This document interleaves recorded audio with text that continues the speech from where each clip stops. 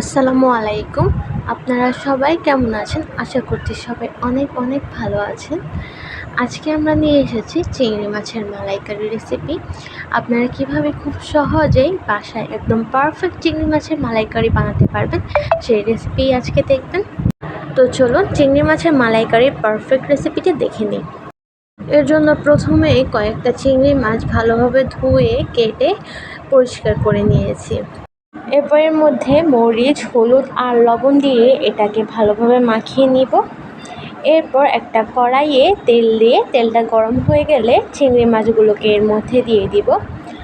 Medium আঁচে রেখে চিংড়ি মাছগুলোকে আস্তে আস্তে একটু খয়েরি করে ভেজে নিব। পুরোপুরি খয়েরি না, একটু লালচে করে ভেজে নিব। এরপর এগুলোকে তুলে নিয়ে এই তেলে দিয়ে দিব এলাচি, তেজপাতা আর দারচিনি।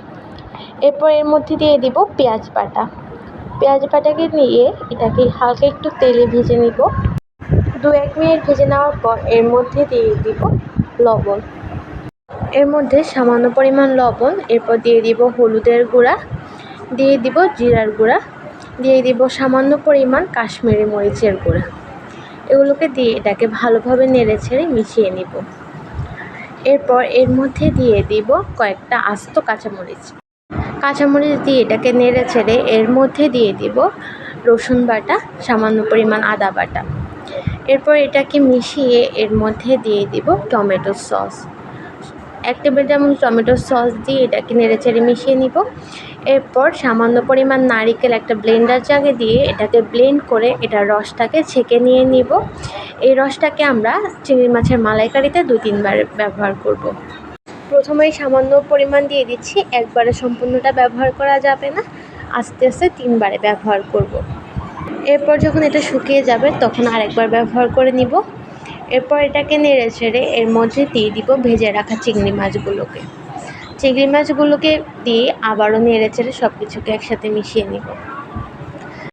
চিংড়ি মাছগুলোকে দিয়ে দেওয়ার পর যে বাকি নারিকেলের দুধটুকু আছে ওটাকে শেষবারের মতো একবারে দিয়ে দিচ্ছি। এরপর এটা দিয়ে দেওয়ার পর হালকা একটু নেড়েচেড়ে অল্প আগুনে ঢাকনা দিয়ে কিছুক্ষণ রান্না করে নিব। মিডিয়াম আঁচে প্রায় 10 মিনিটের মতো রান্না করলে আমাদের চিংড়ি মাছের মালাইকারি হয়ে যাবে। 10 মিনিট পর ঢাকনাটা তুলে নিয়েছি, এবার চুলাটাকে অফ করে দিব। দেখতেই পাচ্ছেন চিংড়ি মাছের মালাইকারিগুলো কত পারফেক্টলি হয়েছে আর চিংড়ি মাছগুলোকে দেখতে কতটা লোভনীয় লাগছে। আশা করছি এই রেসিপি ট্রাই করে আপনারা বাসায় বানাবেন। আজকের মতো এই পর্যন্ত। সবাই ভালো থাকবেন, সুস্থ থাকবেন। আল্লাহ হাফেজ।